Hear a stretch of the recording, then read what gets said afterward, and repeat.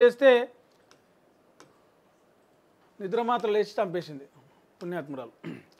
ఇక ఇండియాలో ఉంటూ ఇక్కడ సమాచారం అంతా తెలుసుకొని ఒక యూట్యూబర్గా అందరినీ నమ్మించి మన భారత ఆర్మీకి సంబంధించిన స్థానిక స్థావరాలను సైనిక స్థావరాలను దాని ఏమంటారు ఆ ఇన్ఫర్మేషన్ను ఆ రహస్యాలన్నింటినీ కూడా వీడియోలు తీసి పాక్కు పంపించిందంటే ఈమె జ్యోతి మల్హోత్రా అంటామే హర్యానాలో.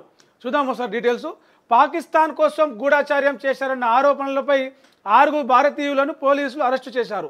నిందితుల్లో ప్రముఖ ట్రావెల్ బ్లాగర్ యూట్యూబర్ జ్యోతి మల్హోత్రా కూడా ఉన్నారు. హర్యానా పంజాబ్లో వారిని అదుపులోకి తీసుకున్నారు. ఈ 2 రాష్ట్రాల్లో వారంతా ముఠాగా ఏర్పడి గూఢచర్యం చేస్తున్నారు. ట్రావెల్ విత్ జో పేరుతో యూట్యూబ్ ఛానల్ నడుపుతున్న జ్యోతి కమిషన్ ఏజెంట్ల సాయంతో వీసా పొంది 2023లో పాకిస్తాన్లో పర్యటించింది. తన పర్యటనలో ఎషానూర్ రహీం అలియాస్ దానిష్ అనే వ్యక్తితోటి పరిచయం అయిందట. దానిష్ న్యూఢిల్లీలోని పాకిస్తాన్ హై కమిషన్లో స్టాఫ్ మెంబర్గా పనిచేస్తున్నాడు. జ్యోతిని డానిష్ పలువురు పాకిస్తాన్ ఇంటెలిజెన్స్ ఆపరేటివ్స్కు పరిచయం చేసిందట. వాట్సాప్, టెలిగ్రామ్, స్నాప్చాట్ల వంటి ప్లాట్ఫామ్లలో జ్యోతి వారితో టచ్లో ఉంటూ మన దేశానికి సంబంధించిన కీలక సమాచారాన్ని షేర్ చేసింది. అలాగే పాక్ గురించి సోషల్ మీడియాలో పాజిటివ్గా ప్రచారం చేసింది. ఓ పిఐఓతో జ్యోతి సన్నిహిత సంబంధం కూడా ఏర్పరచుకుంది. అతడితో కలిసి బాలీలో పర్యటించింది. హిస్సార్లో జ్యోతిని అదుపులోకి తీసుకొని పలు సెక్షన్ల కింద ఆమెపై కేసులు నమోదు చేశామని పోలీసులు తెలిపారు. నిందితురాల నుంచి లిఖితపూర్వకంగా వాంగ్మూలం కూడా తీసుకున్నారట. ఆమె కేసును ఎకనామిక్ అఫెన్సెస్ వింగ్కు అప్పగించారట. ఈమెతో పాటు ఇంకో 6 కూడా ఇట్లనే చేశారు. పంజాబ్లోని మాలేర్కోట్కు చెందిన గుజాలా ఈ ఏడాది ఫిబ్రవరి 27న వీసా కోసం ఢిల్లీలోని పాక్ హై కమిషన్ సంప్రదించింది. అక్కడ డానిష్తో పరిచయం చేసుకుంది. రెగ్యులర్గా అతనితో టచ్లో ఉంటూ వాట్సాప్, టెలిగ్రామ్లో దేశానికి సంబంధించిన సెన్సిటివ్ ఇన్ఫర్మేషన్ను ఆమె షేర్ చేసింది. ఇక రొమాంటిక్ రిలేషన్షిప్ కూడా నడిపిందట. పాక్కు వెళ్లేందుకు కూడా వీసా ఇప్పించింది ఆ డానిష్ అంటే ఆయన. ఇక మలార్కోట్లకే చెందిన తన ఫ్రెండు భాను నస్రీన్తో కలిసి 23న పాక్కు వెళ్ళింది.